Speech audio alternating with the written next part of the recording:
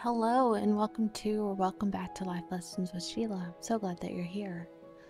On Thursdays, I've been doing a Dear Diary episode once a week. I think I may have skipped last week, I'm not sure. But I've been trying to do these weekly. They're just brain dumps, and sometimes we need to brain dump somewhere.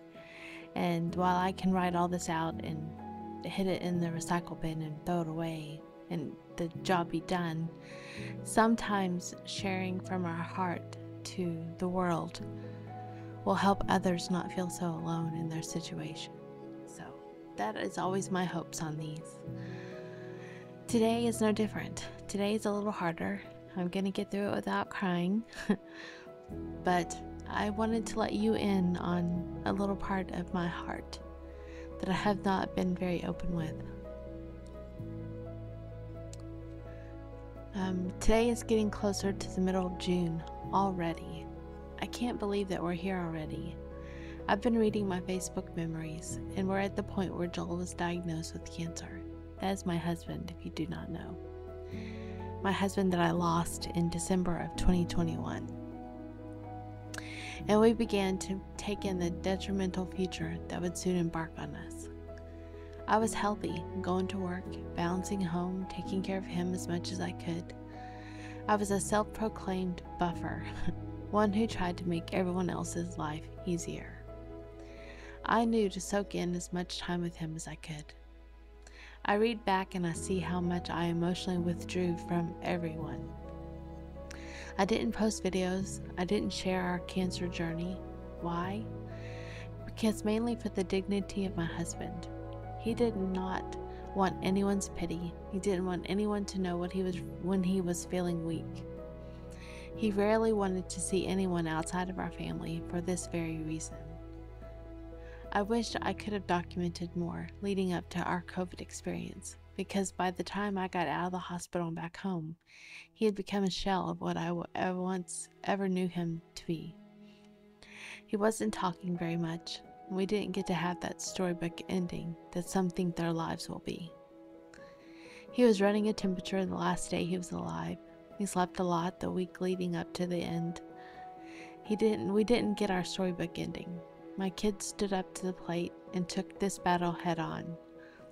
Well, with their dad dying and not knowing if their mom was going to even make it back home, they took on a lot.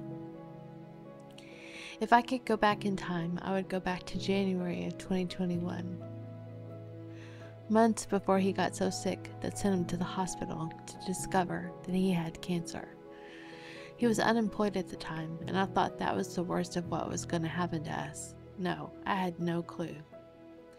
I would go back and begin my year a lot differently.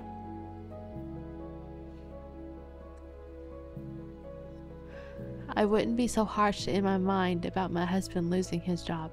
I would have laughed more, embraced him more, and been lighter in my heart. I wouldn't have fought myself so much and would have been more diligent about taking care of my own health. I would have taken greater precautions on how I spent time out of the house and would have done everything possible to not have gotten COVID.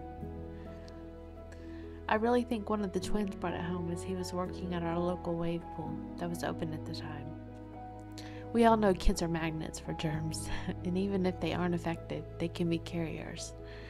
I say that because no one at my work got it when I had it, and the other twin who stayed at home at that time got sick too. He had it bad, but it didn't attack his lungs like it had mine. I could sit and think about all the what ifs, and they don't solve anything. Let me assure you, wasting time wondering what if is not time you'll ever get back. Instead, put your energy into what you can do now. Put your energy into how you can handle whatever situation you're in right now and find a solution to what can get you to a better position. Know that God has a plan for everything, and everything you're going through has a purpose. We may not understand, and it will likely take you out of your comfort zone. That's how you grow. When you go out of your comfort zone and experience the simple fact that life goes on, you will muster up the courage to indeed move one foot in front of the other. And in that courage, you will discover that life is beautiful. I just want to continue to live a good life, be surrounded by those who love me, and to learn to love again.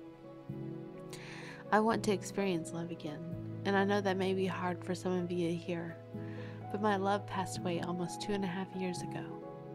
I know that he would want me to be happy and not to be alone. I know he's looking down from heaven, guiding me along the way. So here I am saying publicly that I am ready to move forward in my life.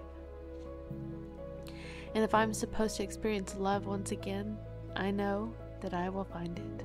The point is, I'm ready to love and to be loved again, and I'm open to wherever God leads me in this area of my life.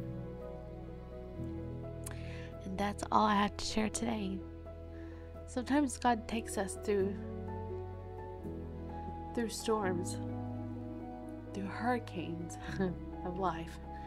And I say hurricanes because I've experienced many of those. And those come with torment a lot of times. They come with a lot of preparation ahead of time. But you can't really prepare for the devastation that will happen afterwards. You just have to prepare for what you know has happened in the past. And I know that I was able to find love once again. Once before, and I'm looking to find it once again. So here I am, opening my heart up to where love leads me. And I'm gonna let love lead me. And you guys are here to witness it, all from the beginning. I will talk to you guys later. Bye.